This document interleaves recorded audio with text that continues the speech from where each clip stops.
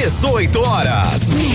Notícias de Manaus, Amazonas, Brasil e do mundo. Agora na Mix. Seguindo a programação da Mix, agora com o programa 18 horas. Muito boa noite, obrigada pela sua companhia, pela sua audiência. Seguimos juntos até as 7 da noite. Comigo, Karime Leão e Kennethson Paz. Boa noite, Kennethson. Olá, muito boa noite, Karime. Boa noite a você que acompanha agora 18 horas aqui na Rádio Mix Manaus e participa do nosso programa, gente. Manda aquela mensagem de texto, uma foto, um vídeo para o nosso WhatsApp, que é o 994887592. Vale também a sua participação para você que nos acompanha na live do YouTube. Manda a sua mensagem de texto. E você pode acompanhar também o programa 18 horas pelo aplicativo da Mix. É só pesquisar por Rádio Mix FM na Apple Store ou Play Store. Disponível também para os sistemas iOS e Android, é claro. Segue a gente, né, Kennethson? Nas redes sociais no @18 horas News. 18 horas. Trânsito. Mix. A gente já começa conversando com o repórter André Meirelles para saber como é que está o movimento da volta para casa no trânsito. André, boa noite. Quarta-feira de muita chuva. Conta pra gente as ocorrências de hoje, André. Boa noite. Muito boa noite para você, Karime, Kennethson, aos ouvintes que nos acompanham aqui na 100.7. A gente tem as ocorrências da chuva que atingiu a capital amazonense nessa quarta-feira e agora, nesse momento, também ameaça chover aqui pela zona norte da capital amazonense. Olha, as fortes chuvas que caíram sobre a capital nessa quarta-feira causaram estragos em pelo menos 2 casas em diferentes zonas aqui da cidade. Na zona leste, por exemplo, um deslizamento de terra destruiu completamente uma casa no bairro Jorge Teixeira. A casa foi tomada pelo bairro. No momento do deslizamento, apenas uma mulher grávida de 7 meses estava ali dentro da casa. A Denisa Rosório sofreu um pequeno corte no pé, só que ela foi resgatada com a ajuda de vizinhos e também da própria mãe. Além desse susto aí, ela perdeu todos os móveis e até o enxoval que havia preparado ali para bebê. A Defesa Civil esteve no local, vistoriou a casa atingida e outras estruturas próximas ao barranco que também apresentaram riscos de novos deslizamentos. Agora, na Zona Norte, outro desmoronamento foi registrado no bairro Cidade de Deus, ali na rua Paraibano, na comunidade Braga Mendes. Foi parte do muro de uma casa que desabou e atingiu a cozinha e a sala do imóvel vizinho.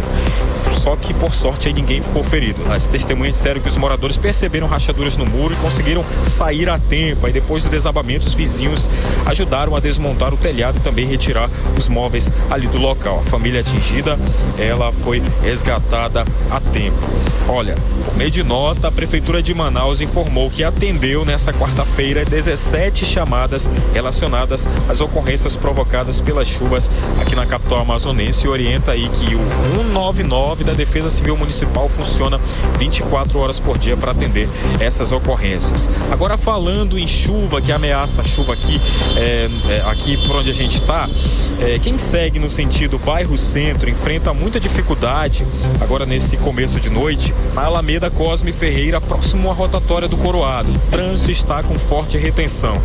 Agora, para quem vai seguir na Avenida André Araújo, também no sentido bairro Centro, a fila de veículos começa já ali nas proximidades da Cidade das Crianças. Então, tem uma forte retenção na André Araújo, nesse sentido que poderia estar pior na volta para casa, mas não, está no sentido contrário, sentido bairro Centro. Então, esse reflexo ainda é da obra que foi finalizada, que a gente trouxe a situação da obra aqui, ali no cruzamento da Humberto Calderaro com André Araújo, na Rua Salvador, e ainda não, a obra encerrou, mas ainda não foi liberada, né? O que continua gerando aí esses congestionamentos. Só que a gente informa que os agentes do Instituto Municipal de Mobilidade Urbana estão nesses locais que a gente falou para orientar os condutores nesse trânsito. Daqui a pouco a gente traz mais informações. Volto com vocês. Muito obrigada, André Meirelles. 18 horas. Vamos aos destaques de hoje do 18 horas. Mais de 430 obras do governo do Amazonas com dinheiro federal estão paradas. A Agência Nacional de Vigilância Sanitária proíbe a venda de canetas emagrecedoras sem registros no país. As polícias civil do Pará e do Amazonas cumpriram mais de 13 mandados judiciais durante a Operação Iara. Pesquisa divulgada mostra o presidente Lula na frente nas simulações para a reeleição em 2026. 18 horas. Esses e outros assuntos, os destaques do dia a partir de agora para você, sintonizado em 100,7 no programa 18 horas de hoje, quarta-feira, dia 21 de janeiro de 2026.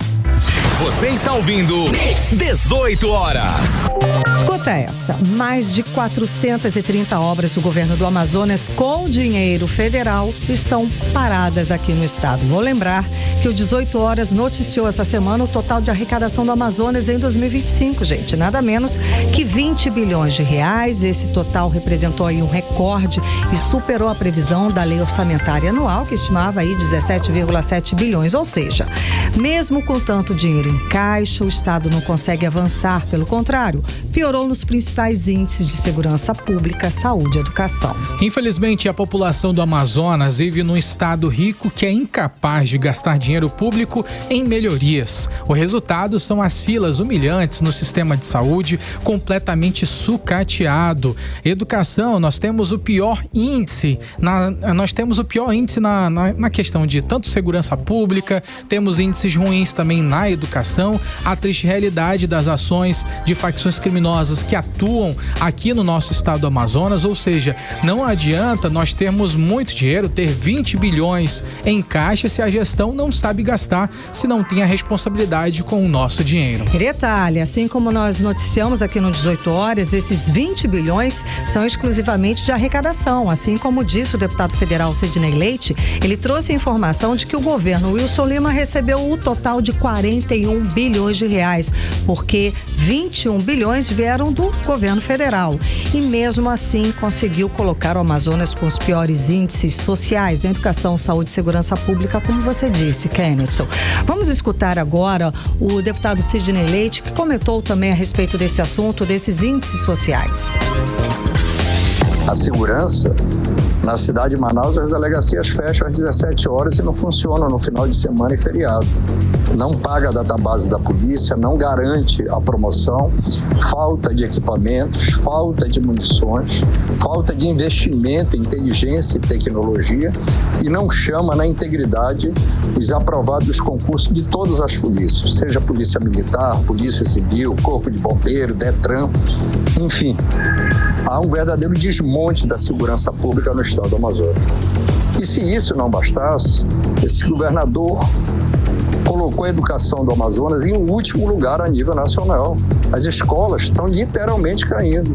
Vide a escola Dom Pedro II, na 7 de setembro, na cidade de Manaus, em que chegou, inclusive, a ser denunciado pelo IFAM, que é um patrimônio histórico. Então, infelizmente, não é a falta de recursos, é a falta de vergonha na cara e respeito para com o povo do Amazonas. 18 horas.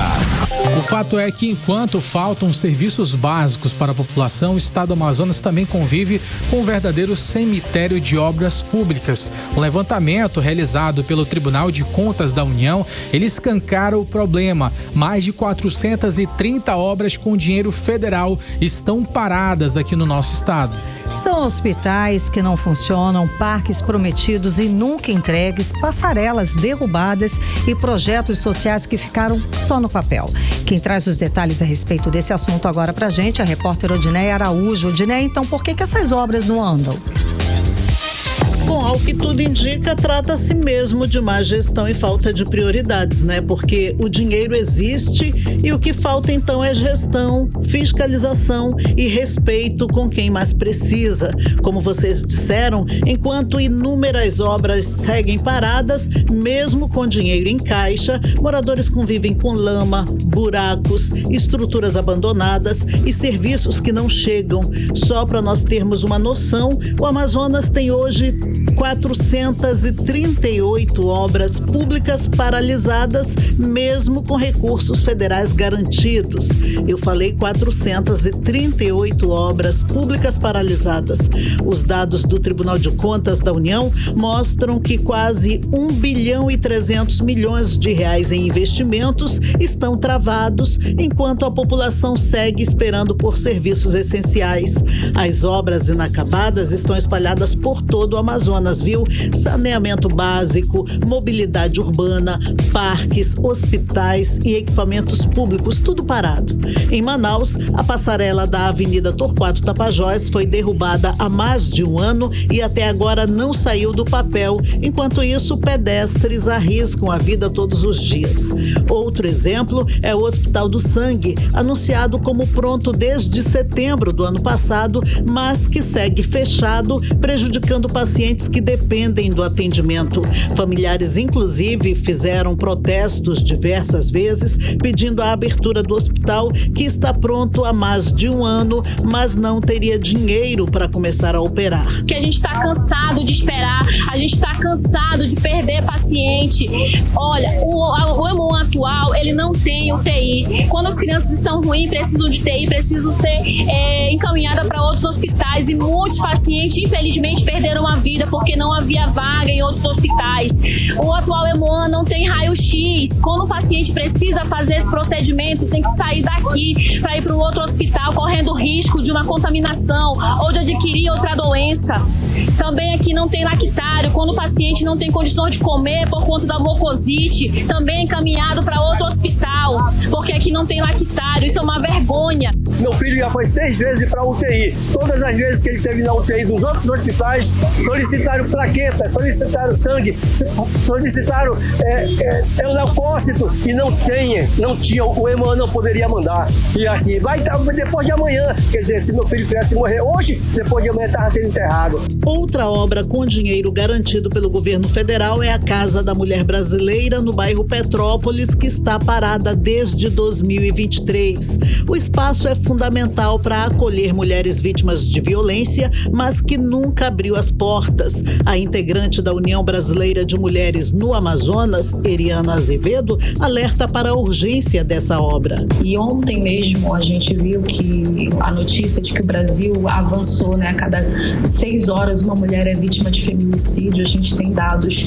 infelizmente, muito alarmantes no país, e aqui no estado não é diferente, e a gente precisa que o estado esteja de fato comprometido, que não basta ser apenas um discurso, né? A gente precisa desses equipamentos funcionando, né, com pessoal qualificado para atendimento das mulheres. A UBM vai acionar a Justiça para exigir do governo do estado a retomada dos trabalhos na Casa da Mulher Brasileira. A Secretaria de Infraestrutura do Estado, a CEINFRA, informou que 148 obras estão em andamento, mas não disse quando a Casa da Mulher Brasileira será concluída e nem quando o Hospital do Sangue vai abrir as portas. Difícil, né?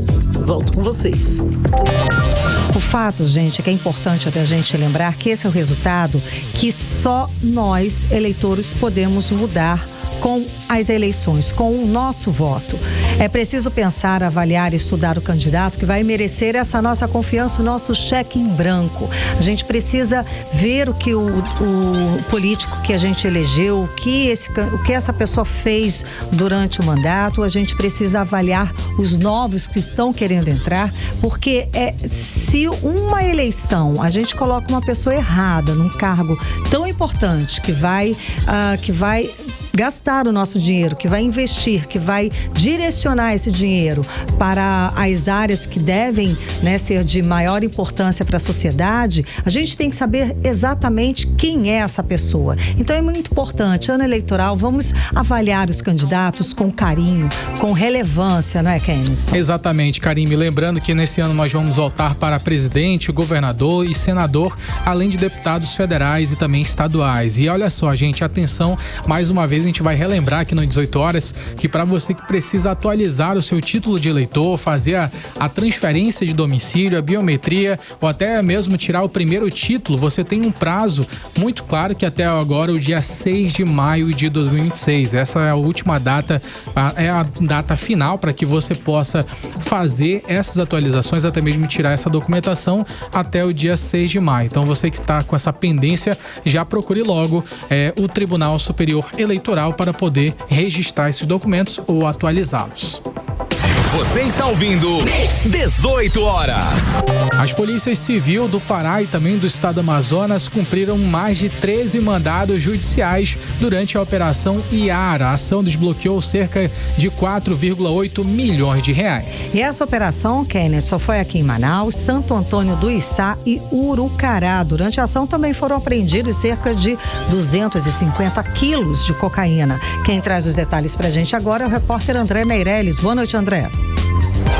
Muito boa noite. Olha, as ações foram conjuntas aqui com as polícias civis do Amazonas, também do Pará, a Operação Iara, e cumpriu mais de 13 mandados judiciais. Bloqueou aí contas ligadas ao crime organizado e prendeu vários suspeitos. Armas de grosso calibre também foram apreendidas. A investigação aponta que grandes carregamentos de drogas saíam do Amazonas com destino ao Pará e também outros estados do país. O delegado-geral da Polícia Civil do Amazonas, Bruno Fraga, explica a operação. Uma pessoa foi presa aqui no Amazonas, que faz parte dessa operação, que decorreu de outras operações que foram realizadas no estado do Pará. Então, ao longo de 2 anos, eles investigaram para chegar nos coordenadores, nas pessoas que são os mentores intelectuais e diretores dessa organização criminosa voltada para a mercância de cocaína, que é uma droga de valor muito alto. No Pará, as apurações começaram depois da apreensão de toneladas de entorpecentes. A polícia descobriu um ponto de apoio logístico no município de Prainha. O delegado Lúcio Bezerra, do Pará, explicou a logística de como os criminosos agiam. Esses indivíduos, eles fazem parte de um grupo de apoio logístico. Então, existe um forte esquema de apoio logístico, desde as embarcações, os armamentos, o grupo que faz o transporte até o estado do Pará, bem como para outros estados do Brasil, e nós conseguimos hoje dar um golpe aí nessa organização criminosa. Bom, essa operação ela aconteceu de forma simultânea no Amazonas, Pará, Alagoas, no Rio de Janeiro, Ceará, São Paulo e Amapá. Só a droga apreendida, cerca de 250 quilos de cocaína, representa um prejuízo superior a 18 milhões de reais para o crime organizado. Volto com vocês. Você está ouvindo 18 horas. É sempre muitos milhões, né, Karime, que a gente fala quando tem casos assim de tráfico de drogas, né? É muito dinheiro, gente, que passa por aqui. Essa é a verdade. Infelizmente, essa é uma realidade que a gente tem que combater. Agora, mudando de assunto, gente, escuta essa. Sabe aquelas canetas emagrecedoras, Karime? Ah, a moda, né, gente? Quem não tem pelo menos um amigo, 10 amigos aí que já estão usando essas canetas? Usando ou que queiram usar, pelo menos em algum momento, né? Pois é, gente. Só que as pessoas, elas estavam aplicando essas substâncias sem supervisão nenhuma, o que acaba sendo um risco para a saúde, né? Um perigo para todo mundo. E agora a Agência Nacional de Vigilância Sanitária, ela proibiu a venda dessas canetas sem registros aqui no Brasil. As que não têm um registro no país estão proibidas. Além de proibir a venda, Kenneth, a medida também proíbe a fabricação e a importação. Isso porque, segundo a agência, não há garantia sobre o conteúdo ou a qualidade desses produtos.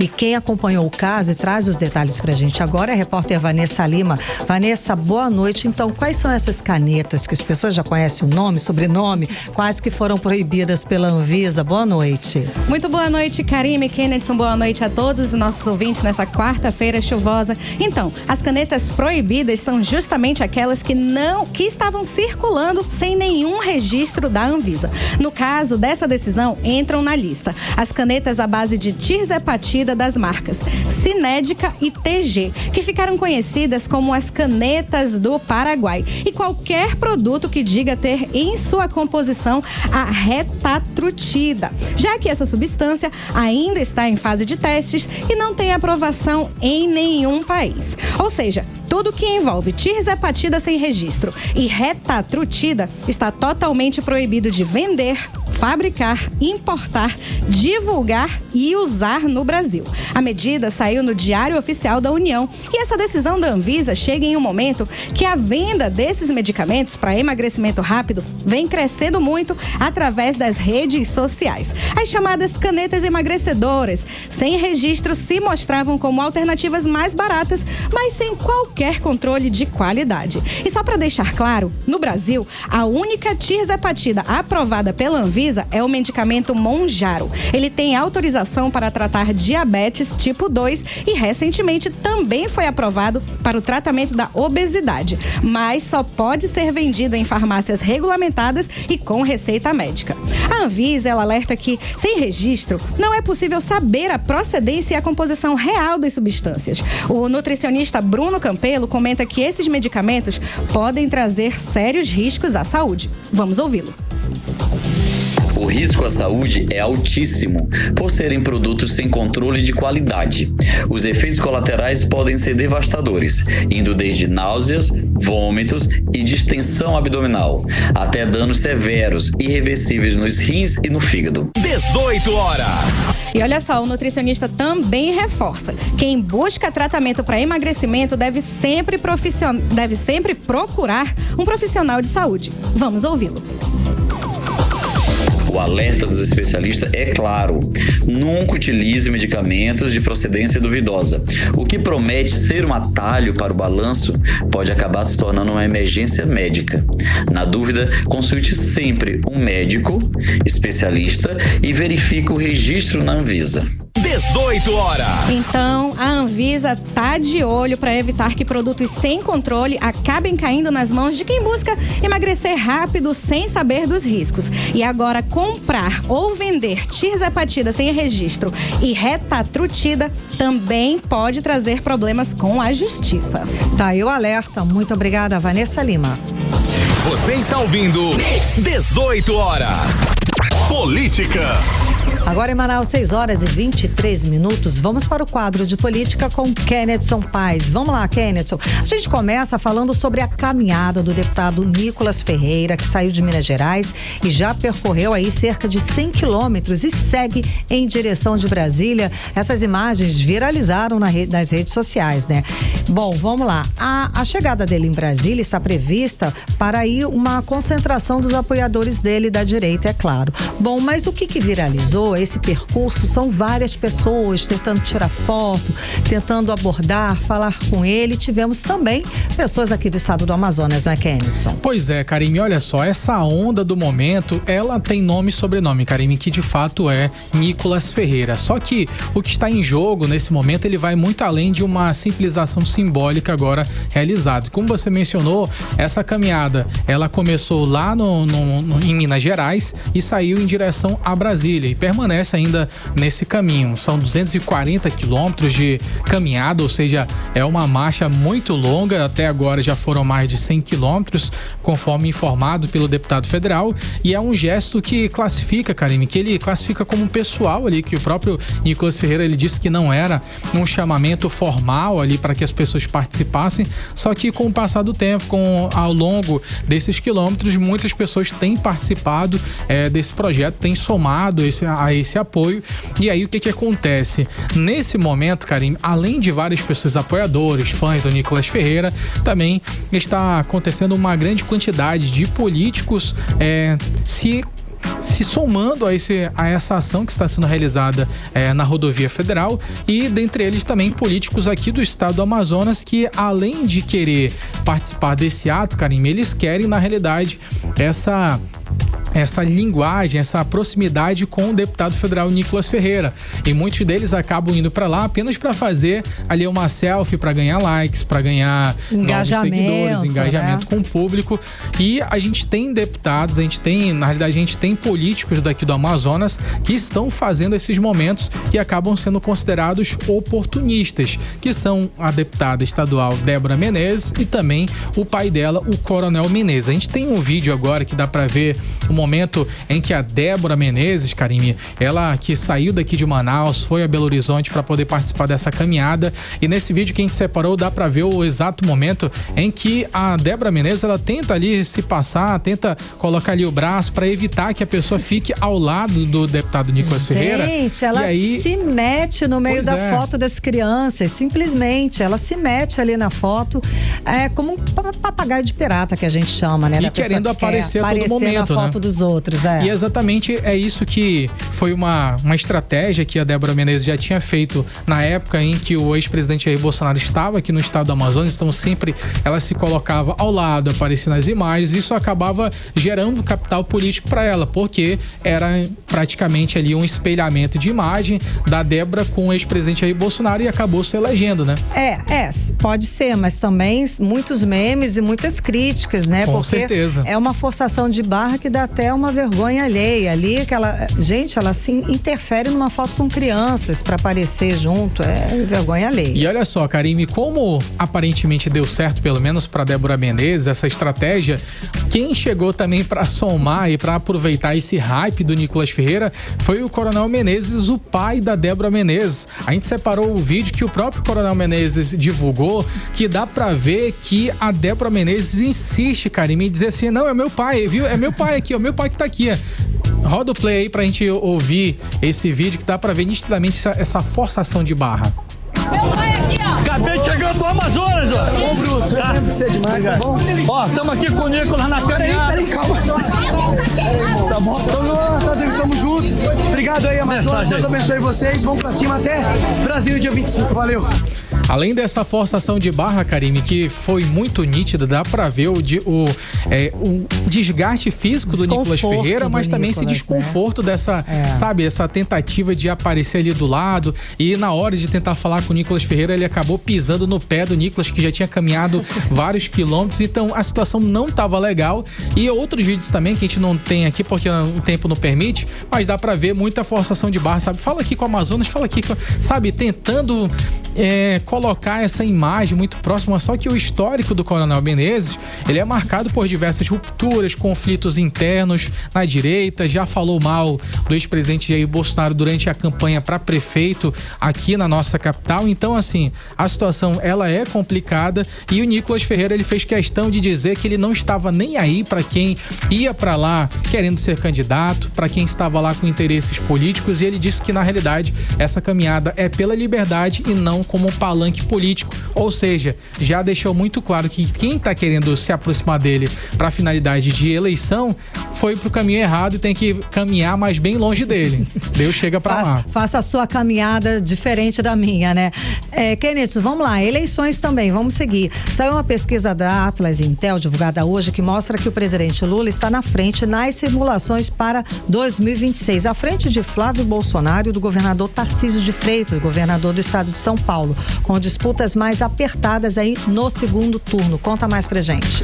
Karime, a gente tem detalhes muito curiosos dessa pesquisa Atlas Intel que foi divulgada hoje, gente. Ela mostra o presidente Luiz Inácio Lula da Silva na liderança nessa corrida presidencial de 2026. E aí a gente tem na imagem 1 que a gente separou aqui, você que acompanha a gente pelo YouTube vai ter acesso a essas imagens, porque nesse primeiro cenário, onde nós temos a ampla participação daqueles mesmos candidatos de 2022, o Lula, mesmo assim, venceria aqueles mesmos oponentes, como o presidente Jair Bolsonaro, venceria o Ciro Gomes, venceria a Simone Tebet, além de vários outros. O ex-presidente Jair Bolsonaro ficaria na segunda colocação e Ciro Gomes ficaria ali na terceira colocação. Agora, colocando o cenário mais atual, onde nós temos ali o Flávio Bolsonaro, ele aparece na segunda posição e é ainda o cenário em que Lula ele se distancia mais desses demais grupos, né? Ele aparece com 48,4% das intenções de votos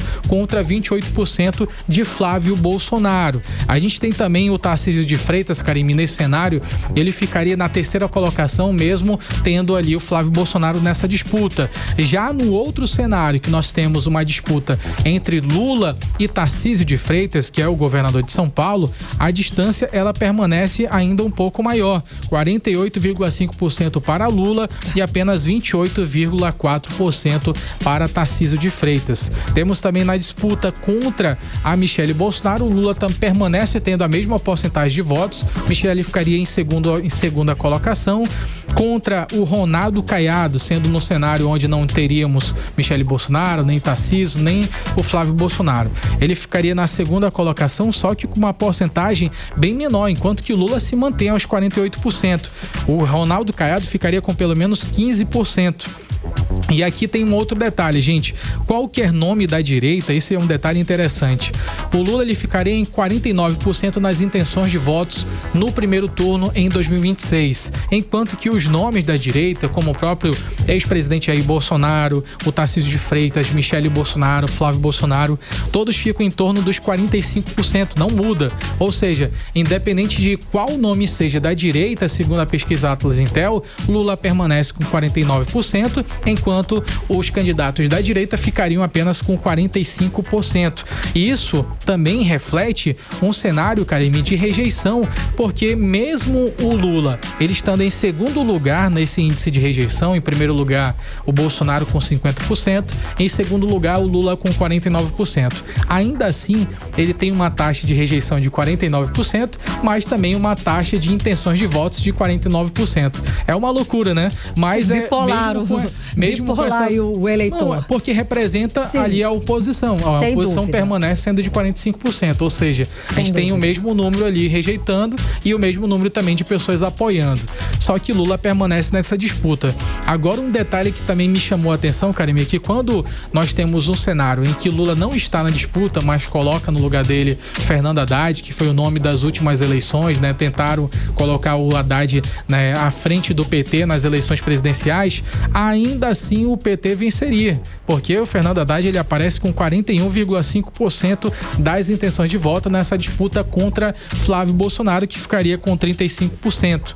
Já contra o Tarcísio de Freitas, essa diferença ela aumenta ainda mais. O Fernando Haddad ficaria com 42% das intenções de voto e o Tarcísio de Freitas ficaria apenas com 25,9% das intenções de voto. E como já mencionei, Karime, em relação ao segundo turno, todos os nomes da direita ficariam com 45% e o Lula com 49%. Ou seja, ainda assim, Lula venceria. Isso reflete muito o cenário atual da discussão política, só que também a gente pode levar em consideração que a direita tem acabado se movimentando, tem essa caminhada do Nicolas Ferreira, muita coisa tem para acontecer. Ainda vai rolar. Ainda tem aquela questão de que ninguém sabe quem é que vai realmente. O nome forte da direita, né? Que não tá tem faltando. Um nome forte definido. Forte. E até que isso seja definido, muita coisa pode mudar, né? Esse é a primeira fotografia, a fotografia de hoje, né? Sim, mas já revela pelo menos para a direita um dado preocupante, porque Lula permanece sendo o favorito nessas disputas, Karime. Sem dúvida alguma. Vamos mudar de assunto, porque olha só,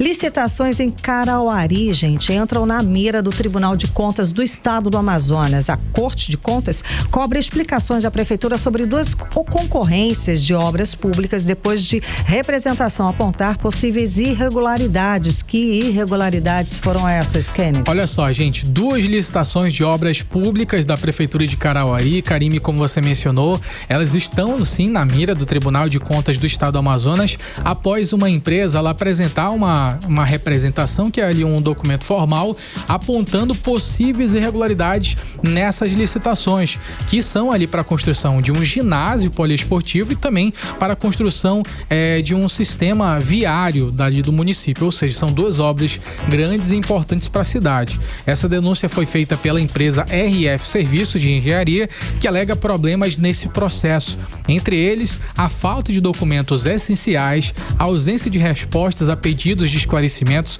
dentro do prazo legal e até a inversão de etapas da licitação sem justificativa formal. Mesmo assim, as sessões elas teriam ocorrido em dezembro do ano passado.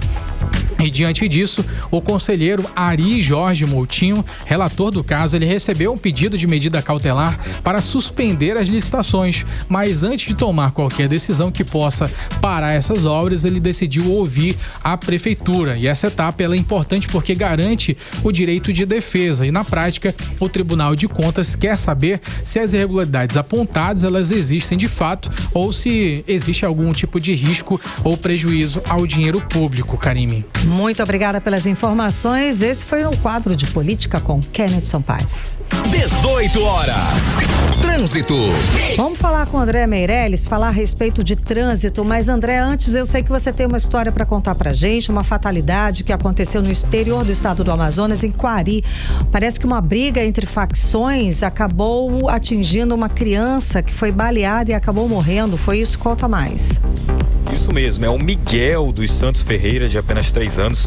Ele morreu aí depois de ser atingido por uma bala perdida durante um ataque a tiros ali no município de Quari, aqui no interior do estado do Amazonas. Esse crime aconteceu por volta das 8h45 da noite, enquanto a família estava reunida em frente de casa. Os 2 homens em uma motocicleta preta atiraram, na verdade, contra um grupo de pessoas que conversavam na calçada. Então, o alvo, segundo as investigações, seria um homem ainda não identificado que conseguiu fugir sem ferimentos.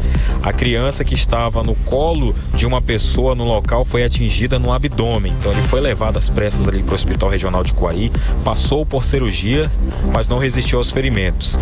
A morte causou, inclusive, comoção e revolta ali na cidade. Então, as testemunhas apontaram os suspeitos pelos apelidos de Gabriel e Abel. Então, as câmeras de monitoramento ali registraram esse ataque e ajudaram na identificação dos envolvidos, que são 4 adolescentes, 2 de 15 anos, um de 17, outro de 16 e um adulto de 20 anos que participaram do ataque. O adulto foi preso e os menores apreendidos. A polícia também investiga se o pai da criança era também alvo dos criminosos. Enquanto isso, o corpo de Miguel foi liberado para sepultamento e as investigações continuam. Ok. Agora, vamos falar de trânsito. Vamos lá, vamos falar de trânsito.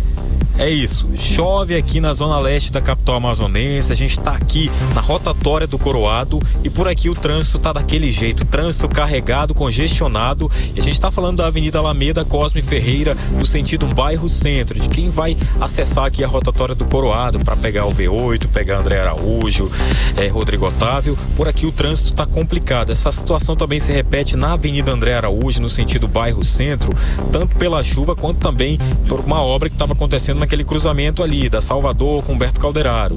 E ali a obra terminou, mas a via continua fechada, ainda não foi liberada, e isso é resultado desse trânsito caótico que acontece nesse momento na André Araújo e também na Humberto Calderaro, que acontece nesse momento. E com chuva aqui pela capital amazonense. Volto com vocês. Muito obrigada, André Meirelles. 18 horas. Previsão do tempo. Vamos agora saber a previsão do tempo com Vanessa Lima. Boa noite, Vanessa. Boa noite mais uma vez, Kennedson, Karime e a todos que acompanham a previsão do tempo aqui com a gente no 18 horas. Nossa quarta foi marcada por chuvas tão intensas que a cidade já acumulou 217 milímetros só nesse mês de janeiro. O que significa que 70% de toda a chuva esperada para o mês inteiro já caiu. E ainda estamos no dia 21, hein? Pra gente ter uma ideia, a média histórica para janeiro é de 309 milímetros. Nós estamos já pertinho de bater esse recorde. A Prefeitura de Manaus entrou em alerta total e emitiu um aviso oficial de chuvas fortes para essa quarta-feira. A Defesa Civil confirmou que o município está em estado de atenção porque, além da chuva pesada, segundo o Climatempo, a previsão é que mais 120 milímetros de chuva caiam até o fim da nossa noite. O alerta ele estava valendo até às 6 da tarde, mas a chuva não parece muito disposta a dar trégua. Isso porque a previsão para a noite aponta chuva forte com 80% de chance de precipitações, hein? Fiquem seguros. E agora vamos falar sobre o clima de amanhã, 22 de janeiro, quinta-feira. Segundo o Climatempo, a quinta também começa com céu carregado e a previsão indica pancadas de chuvas fortes com grande volume, especialmente no período da tarde. A noite tende a ficar com clima mais estável, céu majoritariamente nublado e a chance de chuva cai um pouco, mas ainda poderemos ter pancadas rápidas na noite da nossa quinta-feira. Resumo do termômetro: a temperatura na quinta varia entre mínima de 24 e máxima de 29 graus. E a umidade relativa do ar fica em torno de 78 a 100%. Muito obrigada, Vanessa Lima. Mix. Vamos falar de segurança? Escuta essa: 127 novos guardas municipais receberam fardamento e já estão prontos para atuar na cidade. A Prefeitura de Manaus também confirmou um novo concurso e a criação da primeira academia da Guarda Municipal no estado do Amazonas. Vamos conferir mais detalhes agora com o repórter André Meirelles. Boa noite, André. Boa noite. Olha, o novo armamento foi entregue pelo prefeito Davi Almeida nessa terça-feira durante o encerramento da exposição História e Ressurgimento, a nova era da Guarda Municipal, que aconteceu no Manauara Shopping, na zona sul da capital amazonense. Essa ação marca uma nova fase de reforço na segurança da capital. Os 127 guardas foram aprovados no último concurso público e passam a integrar o efetivo com armamento, treinamento e nova estrutura. A medida faz parte do plano de modernização da Guarda Municipal.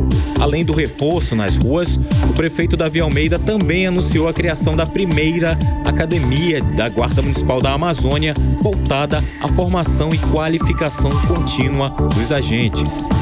Anunciei hoje, também estou anunciando para o ano de 2027 o início das obras da construção da Academia de Formação de Guardas Municipais da Amazônia. Esta é uma tendência que nós vamos ter aqui, como fazer a formação desses guardas municipais, tanto de Manaus quanto de todos os estados da Amazônia, das cidades que compõem a nossa Amazônia. Portanto, é um passo importante para que a gente possa preparar esses servidores para a segurança pública na nossa cidade.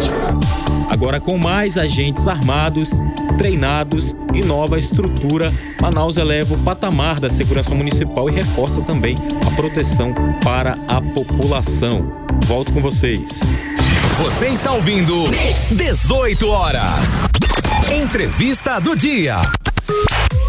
Nós noticiamos aqui no programa 18 horas essa semana o resultado do Exame Nacional de Avaliação da Formação Médica, o ENAMED. As instituições avaliadas com conceito 1, o mais baixo, foram a Universidade Newton News e o Centro Universitário FAMETRO. O EA e a UFAM ficaram com nota 3. Dos 351 cursos avaliados, 107 ficaram com notas 1 e 2 e podem ter restrições aí do FIES. Vale lembrar, o Kennedson, que a Associação Brasileira das Mantenedoras de Ensino, elas entraram com ofício. Elas entraram com ofício ao Ministério da Educação relatando algumas divergências entre os dados desse exame. E na resposta, o Instituto Anísio Teixeira, responsável por essa prova, admitiu, abre aspas, foi identificada uma inconsistência na base do material disponível no sistema do Ministério da Educação, fecha aspas. Bom, e enquanto segue esse impasse sobre o resultado do exame, a polêmica já está formada. E sobre o assunto, vamos conversar com o professor Valderi Areosa, do Colégio Século e do Centro Universitário de Ensino Superior, o CIESA. Seja muito bem-vindo às 18 horas, tudo bem? Tudo bem. Tudo bom? Então, como é que o senhor avalia essa atual situação aqui da educação aqui no estado do Amazonas? Olha, vamos avaliar nos últimos 20 anos, né? As universidades, os centros universitários, começaram a baixar preço. Quando eu era dono da Uninorte, há 25 anos atrás, antes de eu vender, uma faculdade de Direito custava R$1.000. Era a mensalidade da faculdade de Direito. Hoje ela custa 600. Entendeu? Então, não tem como você ter uma qualidade se você tem um professor mal pago, ter uma sala mal estruturada, aula online. A aula online é o pior crime que já inventaram. É a aula online. Não tem a mínima condição. Tem aluno que passa mês sem ir na escola, vai só fazer prova. Chega lá, tem 70 na sala. O que ele vai fazer? Colar. O professor não está nem aí se ele está colando ou não está colando, entendeu? E o ensino superior, realmente, ele deu uma mergulhada tão grande, que você tem curso hoje de administração de empresa, por exemplo, R$300. E se for online, ele é R$50. Então, nós estamos formando realmente, nós estamos formando pessoas totalmente despreparadas. Totalmente. Não tem como você ter uma sala com 50 alunos, cobrando R$500, R$25.000, você vai pagar o professor, paga o imposto, acabou o dinheiro. Como é que ele vai manter a faculdade? Eu falei sobre isso, inclusive ontem, que a medicina em Manaus custa R$10.000. Um curso de medicina em Manaus, Vai aqui na Bolívia, custa R$1.000. Você vai no Uruguai, Paraguai, mesma coisa, 1.200, 1.300, entendeu? Agora aqui, 10 mil reais, o que acontece? Acontece que as pessoas pagam 10 mil reais e vão quando querem. Como é que uma faculdade pode se sustentar num curso de saúde, principalmente medicina, se ele não tem um hospital?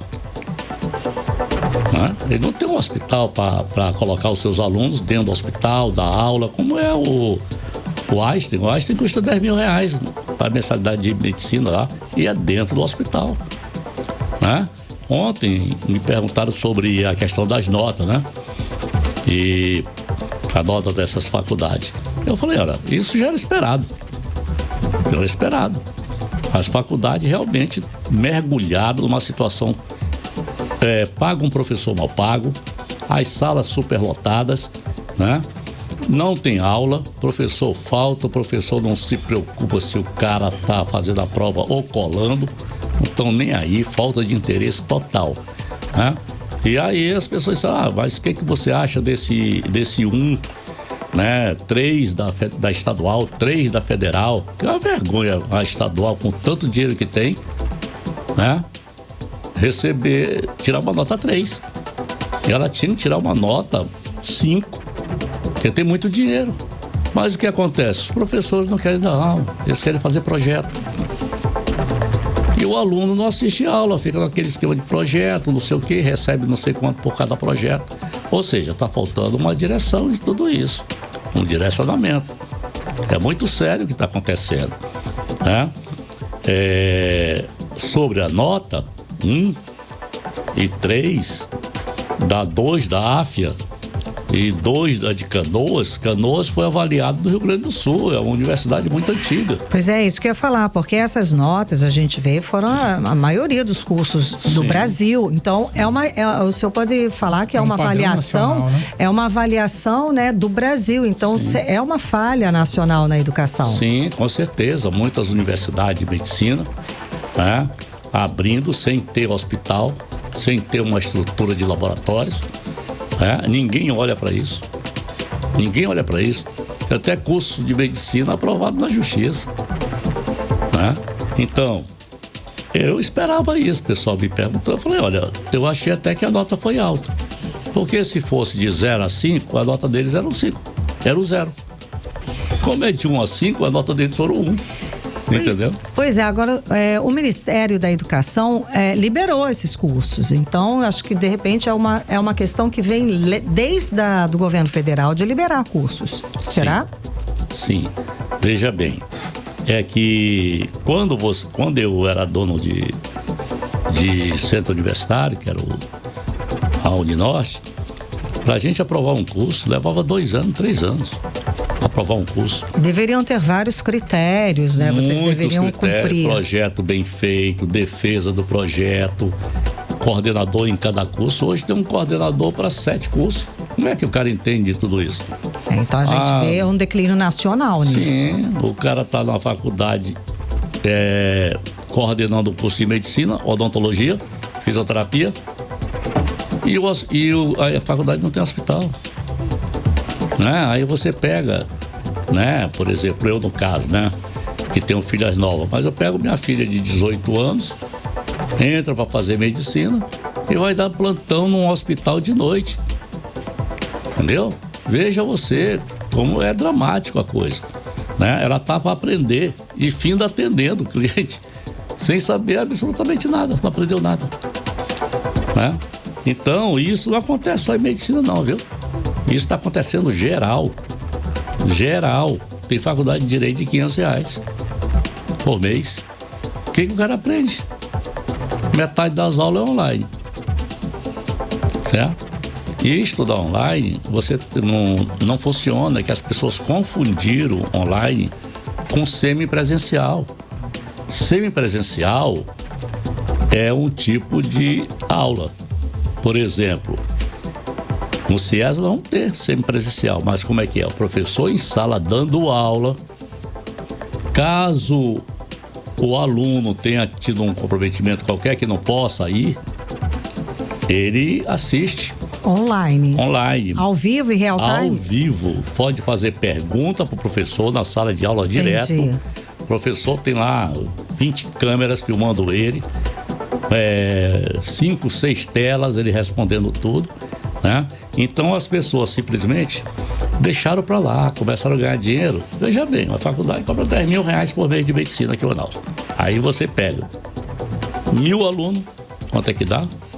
10 milhões, certo? Aí você não tem mais interesse pelos outros cursos.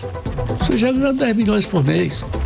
Aí você paga um professor de 25 reais para dar aula em outros cursos, contabilidade, essas coisas todas. Um cara que se formou no ano anterior. No ano anterior ele era aluno, no outro ano ele virou professor, né? Então, isso é que é grave. Os professores, eles não, por exemplo, CIESA, tem que ser mestre, tem que ser doutor. Eu pago uma aula de um professor desse 100 reais por uma aula dele. Enquanto as outras faculdades estão pagando 23, 32 reais. Entendeu? Na verdade, estão botando ex-aluno que não aprendeu nada. Não tem uma experiência de campo. Não tem experiência, não tem conhecimento. Porque ele não adquiriu conhecimento para poder ser um professor. Entendeu? E eles não estão nem aí. A maioria diz assim, quer colar, cola, o problema é teu. Entendeu? Então deveria ter uma reestruturação no país inteiro na questão da educação, na sua opinião? Eu acho. Como que deveria ser? Na minha opinião, o que aconteceu? Depois que eu saí de ensino superior, né? Que eu passei um tempo parado por força do contrato, eu passei 20 anos sem poder entrar no curso superior, né? Aí, o que houve durante todo esse tempo? Eles começaram a aprovar curso, sem fazer uma visita prévia na faculdade, né? Sem ver a estrutura da faculdade, sem ver o projeto pedagógico da faculdade, sem fazer uma reunião com o coordenador do curso, entendeu? Tudo isso vai levando a cada vez mais à falência, né? Cada vez mais o ensino vai caindo. Eu estava contando com um amigo meu ontem, que não deixaram nem eu gravar isso, né? Que eu conheci uma pessoa que tinha até uma amizade com meu filho, né? Ela fazia odontologia. Ela passava o mês todo para ir para aula, só ia no dia de prova. E chegava lá, passava. Por quê? Porque o professor que deu aula para ela não tinha conhecimento necessário. A faculdade não tinha laboratório. Entendeu? Estamos inaugurando o CIESA, o novo prédio do CIESA, que é o CIESA Saúde, né? Agora, a partir do meio do ano, né? Estamos terminando o prédio. Para você ter uma ideia, nós temos 54 laboratórios nesse prédio. Só num prédio. Entendeu? Quais os cursos que vocês vão oferecer lá? Vamos oferecer todos os cursos que eu possa oferecer, exceto medicina, porque eu não tenho autorização para fazer medicina. Certo. E eu sou muito reticente em relação a isso. Eu não tenho um hospital. Como é que eu vou pegar meus alunos e jogar de noite nos hospitais públicos, né? Muitas vezes a moça é casada, muitas vezes o cara é casado. E isso vai criando um problema sério dentro de casa.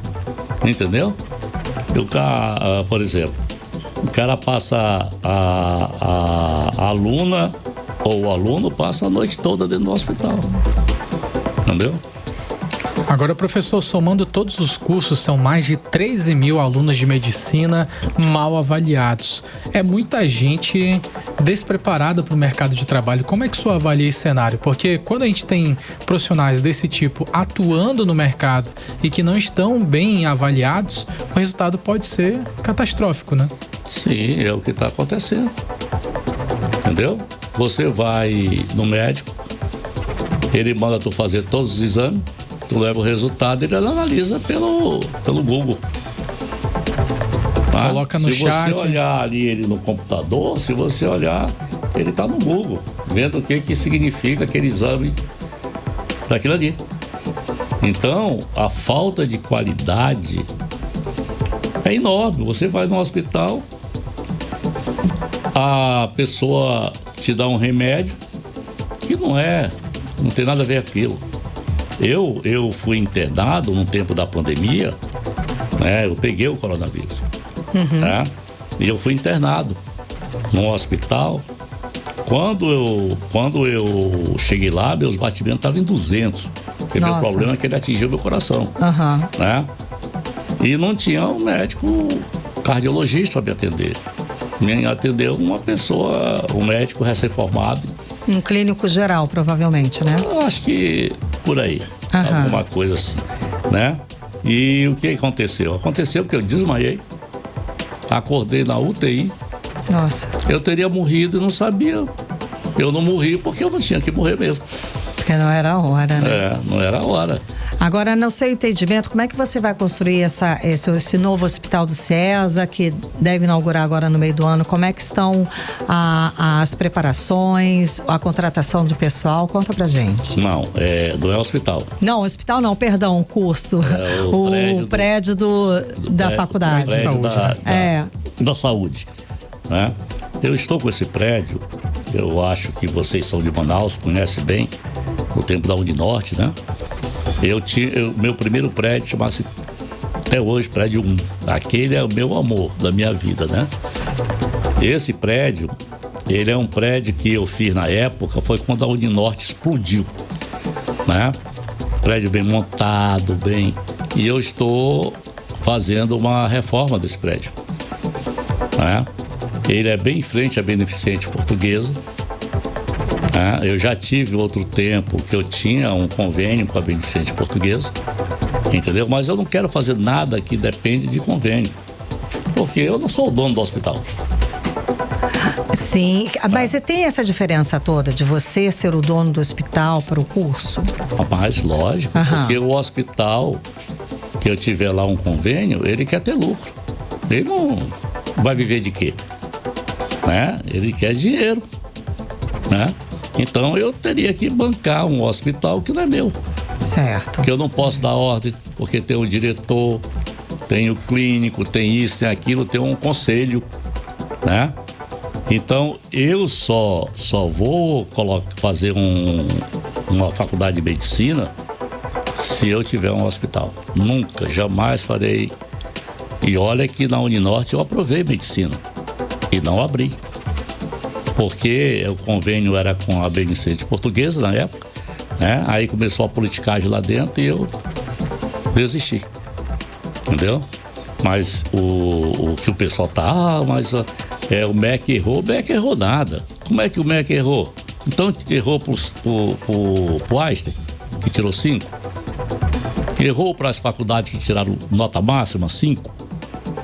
Então, como é que ele errou só para as faculdades? Ou seja, que não tem muita qualidade, né? Não pode ter errado. Agora já estão dizendo que houve um erro, vão recorrer, não sei o quê, aquela conversa fiada, né?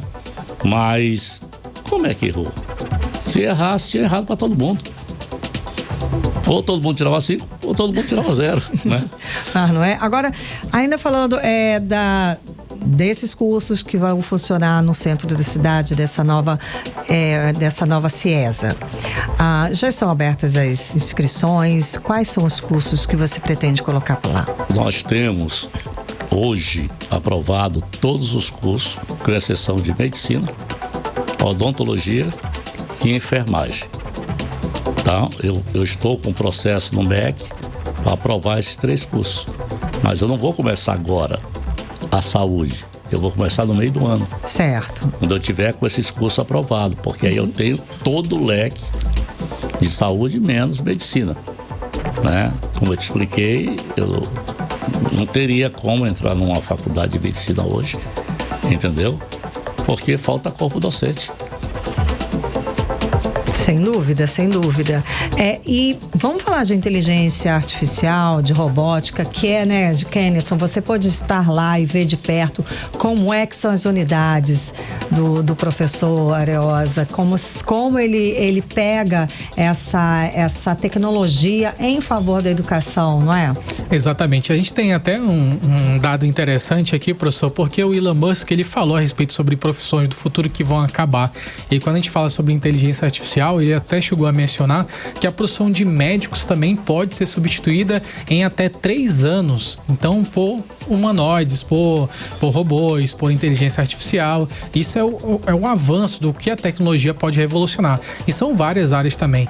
Como é que vocês aplicam a tecnologia para otimizar ainda mais esses trabalhos, essas funções profissionais, professor? Olha, Kennedy, tudo vai mudar.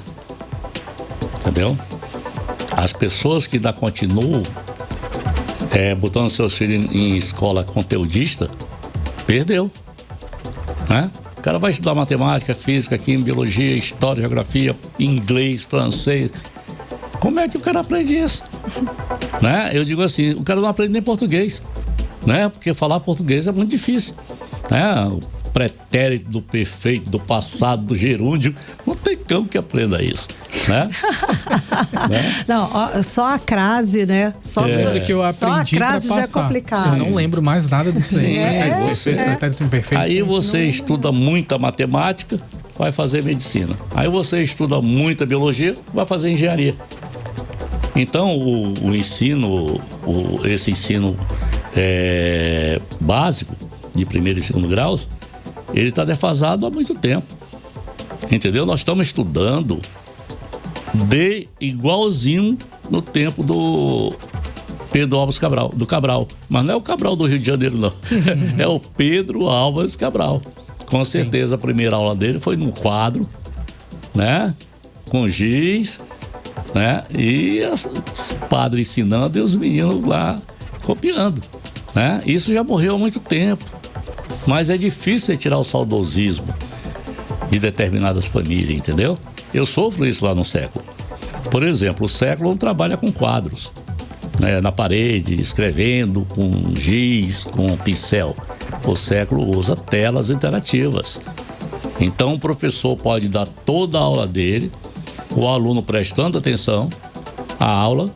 Quando ele terminar, o aluno vai lá com o telefone, entra no QR Code, ele tem a aula todinha no computador dele. Né? Armazenado no computador dele. Chega em casa e pode fazer uma revisão. Sim. Mas não adianta eu colocar meu filho numa escola conteudista. Você vai fazer 150 exercícios por dia. Você vai passar a tarde todinha fazendo exercício. Meu Deus, isso é imaginário. São problemas imaginários.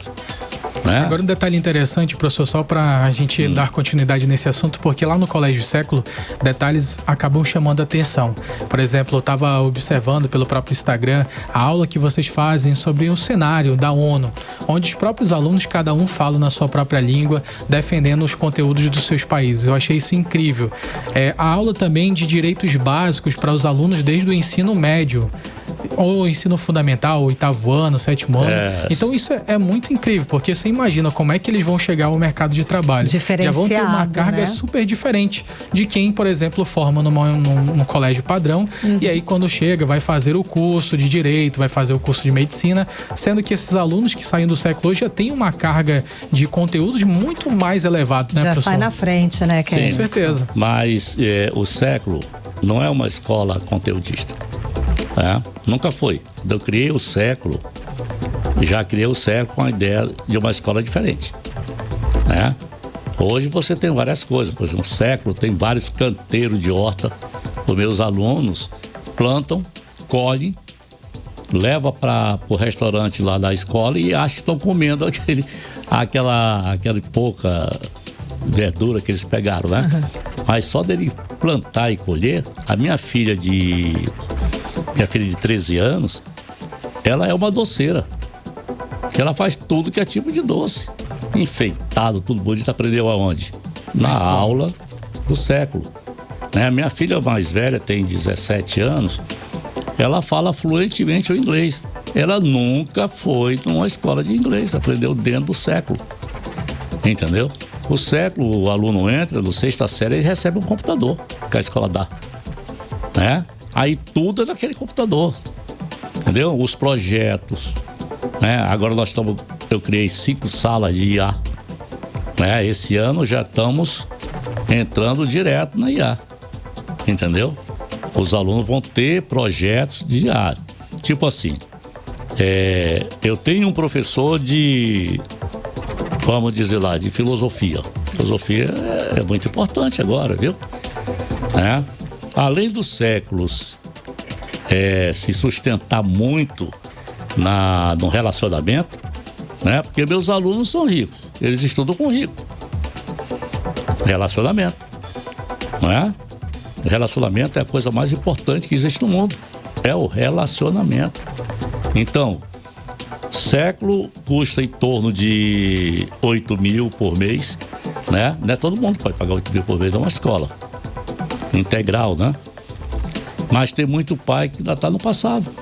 Não, eu quero que ele faça 500 exercícios, 1000 exercícios. Meu Deus, para que serve a inteligência artificial, né? Eles não vão usar nunca, né? Não, que ele vai fazer um concurso, não sei de quê. Eu digo, tá bom, então tu criou teu filho para fazer concurso, mas tem cara lá em São Paulo que estão 10 anos estudando fazer o concurso, e agora o concurso é o quê?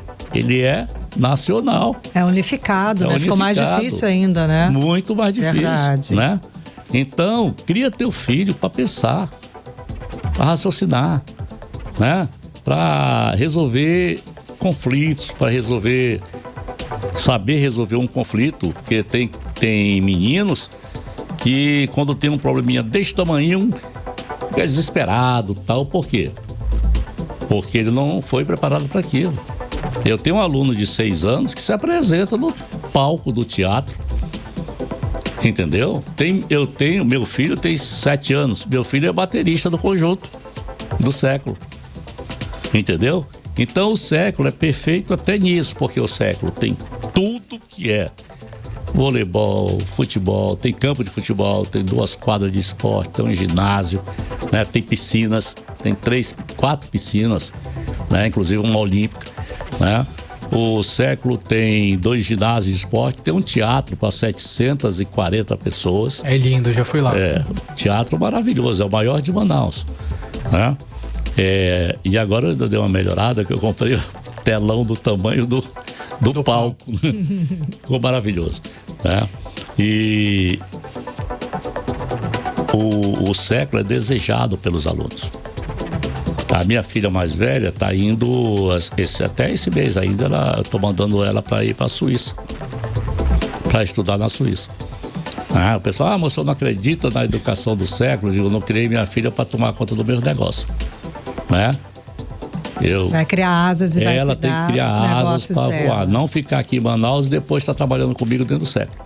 Não foi para isso que eu preparei ela, né? Eu preparei para ela se virar, né? De repente ela casa com o filho do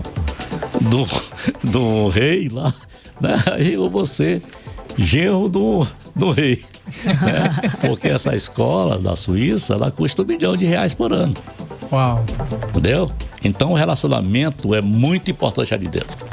Entendeu? É um investimento, a educação é investimento. A educação é investimento. Não é? Sem dúvida alguma. Agora, para finalizar, professor, já que a gente começou com essa frase agora, educação é investimento, quais são os conselhos ou o que o senhor deixaria de pensamento a respeito da educação, não só aqui do estado do Amazonas, mas que a gente viu de todo o Brasil que está precisando aí dar uma mexida? Olha, quando as faculdades começaram do Brasil a liberarem faculdades no Brasil todo, principalmente aqui para Manaus, nós tínhamos uma base de uma pirâmide, porque só existia a federal e a estadual. Então a base da pirâmide era muito grande, tinha muito aluno, né? Tanto é que a Uninorte, quando eu vendi, ela tinha 23 mil alunos, né? Eu ocupava 15 prédios, né? Tinha um prédio que era só serviço social, tinha um prédio que era só direito, tinha um prédio que era... Mas acontece que essa base foi sendo comida, entendeu? Hoje nós estamos no vértice, entendeu? Mudou. E ali tem pouco aluno, né? Os meus alunos, 90% dos meus alunos com técnico no terceiro ano, eles vão para o exterior, eles não ficam aqui. Entendeu? A não ser alguns pais assim, não, ele já está preparado, vai trabalhar comigo, vai tomar conta da minha empresa, né? Porque nós trabalhamos isso também, entendeu? O século é fantástico, só vai saber quem é o século quem colocar o filho dele lá, entendeu? Tá porque ótimo. o menino fica muito esperto. Tá bom, o menino fica esperto, preparado para o mundo. Sim, lá Pro mundo novo, né? O mundo novo. Para a nova ordem mundial. Só indo um pouco mais na frente com você, né? Antigamente a gente preparava nossos filhos para ser o quê? Operários, trabalhadores. Funcionário público, né? Eu, por exemplo, eu passava na casa pernambucana, ali na esquina da 7 de setembro com o Eduardo Ribeiro, vi aqueles caras tudo de camisa branca, de manga comprida, com uma gravata, calça azul marinho. Eu disse, um dia eu vou trabalhar aqui. Eu quero vestir essa roupa. Esse era o meu pensamento, né? Isso com 10 anos e tal, né? Logo em seguida, eu fui um menino, fui criado, né? Porque eu perdi minha mãe, eu tinha 6 anos e meu pai com 3, né? E eu nasci no interior do Amazonas, na Ilha da Paciência, né? No Iranduba, né? Então a única coisa que tinha dentro da Paciência era Carapanã. O cara olhava de manhã assim e dizia, meu Deus, vai chover. Não era Carapanã, meu irmão. Eu digo até brincando que o galo cantava com o bico fechado. E se ele abrisse o bico, enchia de Carapanã. Né? Então eu vivi numa outra época, né? Uma outra época totalmente diferente. Realmente as escolas tinham que ser conteudistas daquele tempo. Era outra realidade. Era outra realidade, né? Hoje não é mais. Tem gente que tá, tipo assim, professor. Eu acredito que professor dura mais 3 anos. Não tem como passar de 3 anos. Nós vamos ter monitores na sala de aula. Não mais professor. Entendeu? Ensinando. Quer ensinar o quê? História. Eu pergunto daí onde fica o país tal, quantos habitantes tem, quantas mulheres tem, quantos homens tem. Me dá tudo. Pra que eu vou ficar esforçando para decorar uma coisa dessa? Eu tenho que aprender outras coisas, né? Hoje você pega não existe profissão pré-determinada. Eu tenho um amigo meu que trabalha no distrito, ele é gerente, ele ganha 25 mil. Mas ele toca violão e canta bem. Ele falou que ganha 35 tocando violão, ganha mais do que como gerente. Ou seja, procure o seu talento, invista a educação sempre. É claro, procure, né, uma formação que esteja acompanhando o futuro, acompanhando o progresso, acompanhando o tempo, não é isso? Muito obrigada pela sua presença, conversando com a gente aqui no 18 Horas. É sempre um prazer estar aqui com vocês. Muito obrigado pela mais uma oportunidade, né, que vocês estão me dando, Kennedy, né? E eu estou deixando aqui para os pais que quiserem conhecer o século, né? O século da Ponta Negra e o século da Joaquim Nabuco. Nós temos um século agora da Joaquim Nabuco. Eu abri um século mais barato. Olha aí. Meio horário. Né? Certo. Ponta Negra é integral e lá no centro é parcial. E é metade da mensalidade, né? Quer dizer, muita gente quer estudar no século, muita gente. É impressionante a quantidade de gente que procura a gente todo dia. É a referência. Então estão abertas as portas para visitação, para os pais irem lá, conferir de perto como é essa nova educação aqui em Manaus, certo? Certo. Muitíssimo obrigada, boa noite. Muito obrigada pela sua presença hoje aqui conversando com a gente. Conversamos com o professor Valderi Areosa, do Colégio Século e do Centro Universitário de Ensino Superior, o CIESA. 18 horas. Seguimos direto para o editorial 18 horas. Editorial 18 horas. Ministérios públicos de ao menos 6 estados já abriram inquéritos para investigar aportes milionários de fundos previdenciários no Banco Master. Um deles é o do Amazonas. No estado do Amazonas, o Ministério Público Estadual instaurou investigação para apurar possíveis irregularidades nos aportes do Amazon Prev. A instituição aplicou 50 milhões no Master. O Ministério Público informou que o procedimento projeto tramita em sigilo e que, por isso, não há informações detalhadas sobre a investigação. O Sindicato dos Trabalhadores em Educação do Estado, que representa 35% dos servidores amazonenses, avalia denunciar o caso ao Ministério Público do Trabalho. Segundo o sindicato, o Amazonprev disse que não houve prejuízo, mas não há informação sobre a retirada dos valores após o suposto lucro.